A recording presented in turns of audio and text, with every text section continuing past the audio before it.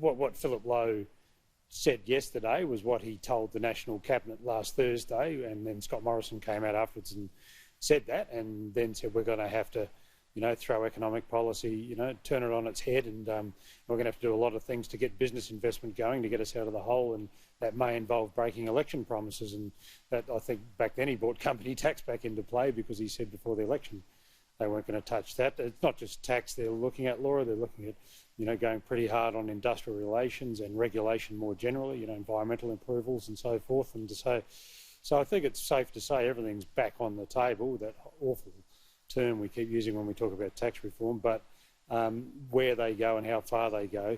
I mean, cutting company tax isn't cheap, as we know, and a lot of the dough is already, well, we don't have any money left anyway, but even if we did, it's all been dedicated towards income tax cuts, so trying to pay for them would be difficult. The GST is an option, but they looked at that a few years ago and said it was untenable. So we sort of know what we've got to do, but doing it's going to be difficult both economically and politically, I would suggest. Do we find ourselves in a new political situation, though, or is that being a little bit too optimistic and thinking that people won't go back to their ideological corners when all this is over? I look at this thinking the National Cabinet has worked so well.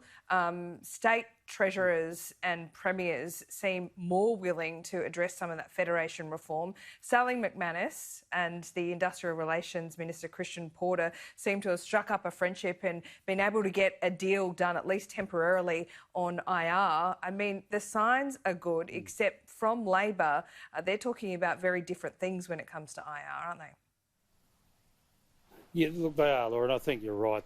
How long this this Team Australia spirit survives is questionable. It's been very good in terms of coming together to do what's needed in an emergency, but if you look last week, Anthony Albanese, for example, told the government they wouldn't cop, some work choices type repeat on industrial relations. Now the government is quite serious on industrial relations in terms of giving it a bigger shake-up than Scott Morrison said he would before the election, but Labor said they wouldn't cop, and by extension the unions aren't going to cop anything that cuts wages and so forth. So I think you could quickly revert back to those old battle lines. There's not a lot of ways to do this. Tax IR and regulation are really the only ways to do what Philip Lowe is saying. Well, Jennifer Westacott, just on your show, I thought made good sense politically and economically, where she said, look, you just don't cut company tax again, do it as part of a broader reform.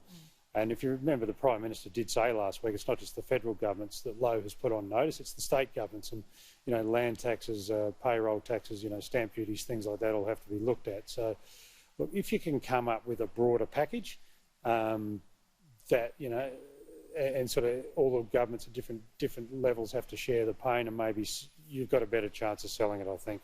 Yeah, one of the hardest selling points is, it always comes up, and it's come up for years, is the fact that multinationals don't pay their fair share of tax in Australia. Now, that's so difficult to force their hand because of international regulation and different companies and countries moving at different paces. Is there a chance that we could get some breakthrough there?